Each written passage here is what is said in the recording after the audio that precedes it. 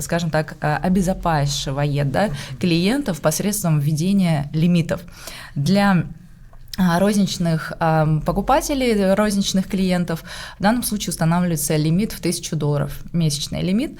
Но здесь хочется отметить, что данный лимит можно расширить посредством того, что каждый клиент имеет право пройти определенное такое тестирование. Это некая проверка со стороны биржи, насколько ты владеешь информацией, насколько ты имеешь знания, и, соответственно, проверить посредством этого тестирования знания именно в этой сфере, в криптовалютной, в инвестиционной.